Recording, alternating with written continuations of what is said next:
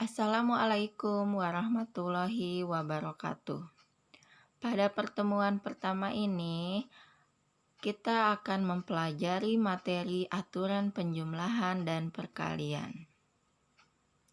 Kompetensi dasar dan indikator pencapaian kompetensi. Kompetensi dasar atau KD 3.3 menganalisis aturan pencacahan, aturan penjumlahan, aturan perkalian, permutasi, dan kombinasi melalui masalah. KD 4.3 menyelesaikan masalah kontekstual yang berkaitan dengan kaidah pencacahan, aturan penjumlahan, aturan perkalian, permutasi, dan kombinasi kontekstual.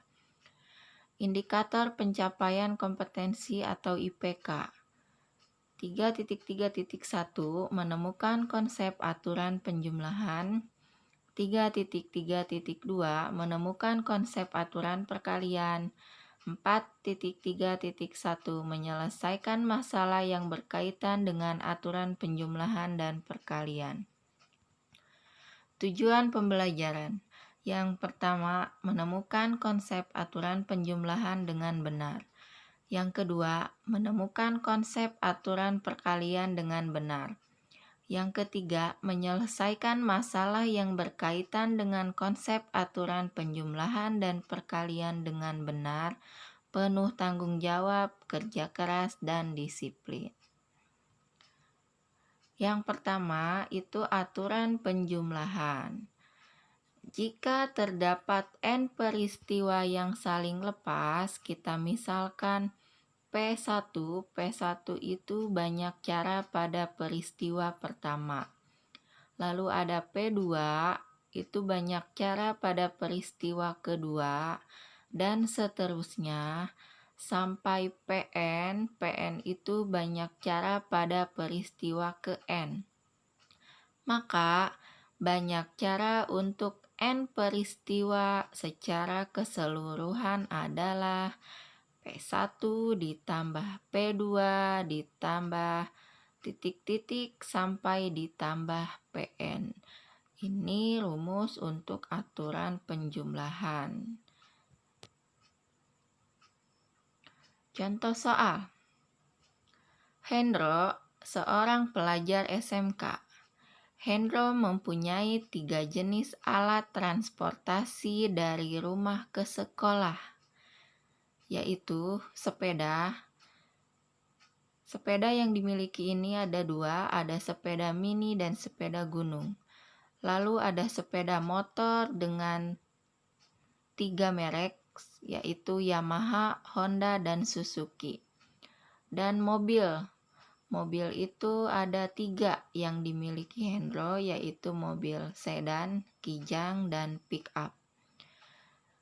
Berapa banyak cara Hendro berangkat dari rumah ke sekolah?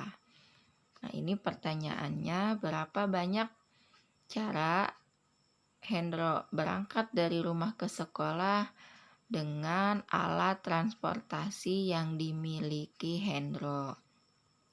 Jadi Hendro itu punya 3 jenis alat transportasi. Jenis yang pertama itu jenis sepeda, ada 2, yaitu sepeda mini dan sepeda gunung. Lalu jenis kedua berupa sepeda motor. Ada 3 merek motor yang dimiliki Hendro, yaitu motor Yamaha, Honda, dan Suzuki.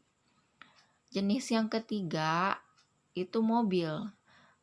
Ada 3 jenis mobil yang dimiliki Hendro, yaitu sedan, kijang, dan pick up. Nah, ini kalau diilustrasikan gambarnya seperti ini. Jadi dari rumah ke sekolah itu berapa banyak cara Hendro berangkat dari rumah ke sekolah. Ini ilustrasinya. Nah, cara yang pertama itu Hendro bisa berangkat dari rumah ke sekolah dengan menggunakan sepeda mini. Itu cara yang pertama.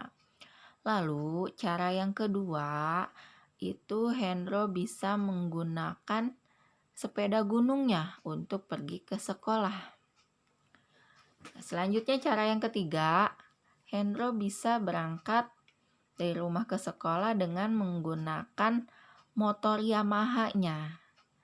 Nah, lalu cara yang keempat, Hendro bisa berangkat dari rumah ke sekolah dengan menggunakan motor Honda. Nah, selanjutnya, cara yang kelima, Hendro bisa menggunakan sepeda motor Suzuki-nya untuk berangkat dari rumah ke sekolah. Nah, selanjutnya cara yang keenam, Hendro bisa menggunakan mobil sedannya untuk berangkat dari rumah ke sekolah. Selanjutnya cara ketujuh, itu Hendro bisa menggunakan mobil Kijang untuk berangkat ke sekolah dari rumahnya.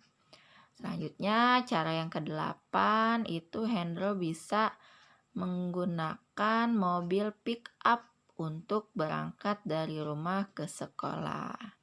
Nah, jadi ada berapa banyak cara yang bisa Hendro gunakan dengan alat transportasi yang dimilikinya untuk berangkat dari rumah ke sekolah? Ada berapa? Nah, yaitu ada 8 cara. Nah, jadi ini bisa dituliskan dengan banyaknya cara.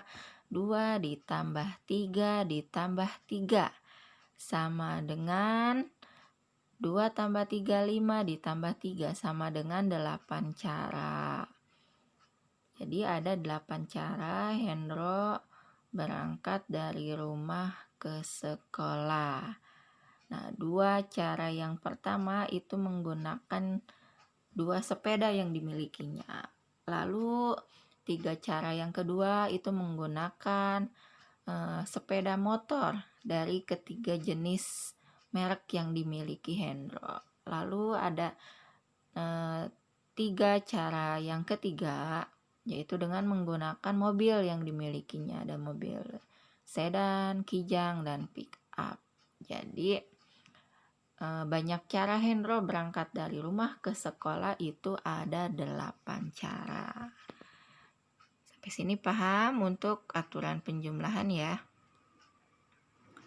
Nah, kesimpulan untuk aturan penjumlahan, jika ada beberapa kegiatan yang saling lepas dan salah satunya harus dilakukan, maka jumlahkan banyak cara melakukan masing-masing kegiatan. Ini untuk kesimpulan aturan penjumlahan. Nah, selanjutnya aturan perkalian. Jika suatu kegiatan terdiri dari N tahapan yang saling lepas, dengan tahapan pertama ada Q1 cara, tahapan kedua itu Q2 cara, dan seterusnya sampai tahapan ke N dapat terjadi dalam Qn cara, maka kegiatan tersebut dapat dilakukan dengan Q1 dikali Q2 dikali dan seterusnya sampai dikali Qn cara. Nah, ini untuk aturan perkalian. Contoh soalnya, Anis akan pergi ke pesta. Anis memiliki 3 buah baju, 2 pasang sepatu, dan 2 buah tas. Berapa banyak pilihan baju, sepatu, dan tas yang berbeda yang dapat Anis gunakan untuk pergi ke pesta? Jadi berapa banyak pasangan baju, sepatu, dan tas yang berbeda yang dapat Anis gunakan? Nah, ini kita akan memasangkan satu persatu. Nah, ilustrasinya kita pasangkan baju pertama dengan sepatu pertama, lalu dengan tas pertama, selanjutnya baju pertama dengan dengan sepatu yang kedua, lalu dengan tas yang pertama, begitu seterusnya. Nah, kalau diilustrasikan itu diperoleh gambarannya seperti ini pasangannya. Nah, ini Yang pertama atau yang nomor 1 itu untuk baju yang pertama. Baju yang pertama dipasangkan dengan 2 buah pasang sepatu. Nah, lalu masing-masing dipasangkan lagi dengan 2 buah tas ya. Nah, jadi untuk baju pertama itu ada berapa pilihan yang dapat dipilih Anis untuk memasangkan baju, sepatu, dan tas. Nah, jadi ada 4 ya. Ada 4 pilihan yang dapat Anis pasangkan baju, sepatu, dan tasnya. Begitu juga dengan baju yang kedua. Kalau tadi baju yang pertama itu warna ungu, yang kedua itu berwarna oranye. Sama halnya caranya dengan yang nomor 1 atau baju pertama itu kita pasang-pasangkan dengan sepatu dan tasnya. Lalu diperoleh ada 4 pilihan atau 4 pasangan baju, tas, dan sepatu ya.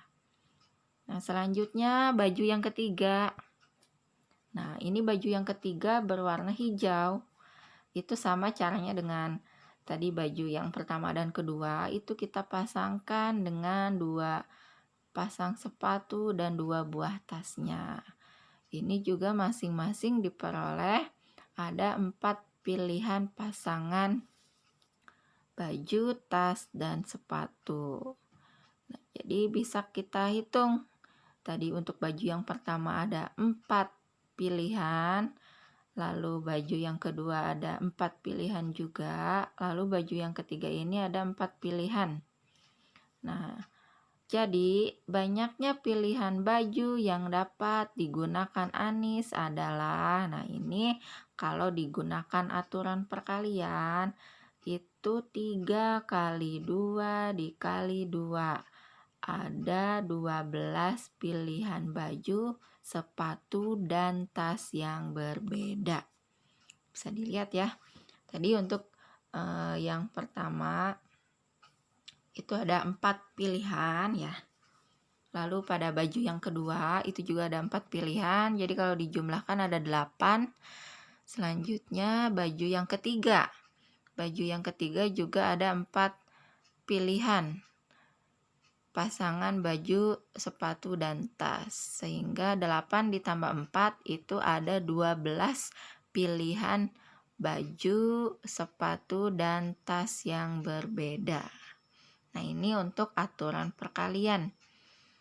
Jadi aturan perkaliannya 3 kali 2 kali 2 ada 12 pilihan baju. 3 buah baju dikali 2 pasang sepatu dikali 2 buah tas. Ada 12 pilihan baju, sepatu, dan tas yang berbeda. Ini untuk aturan perkalian. Kesimpulannya, untuk aturan perkalian, jika ada beberapa kegiatan yang independen dan semuanya harus dilakukan, maka kalikan banyak cara melakukan masing-masing kegiatan. Jadi ini ada beberapa kegiatan yang independen, jadi semuanya itu harus dilakukan secara bersamaan, itu maka kalikan banyak cara melakukan masing-masing kegiatan. Sampai sini mudah-mudahan kalian bisa memahami materi aturan penjumlahan dan perkalian. Terima kasih, sampai bertemu lagi di pertemuan kedua. Nanti kita akan membahas materi permutasi. Sekian, assalamualaikum warahmatullahi wabarakatuh.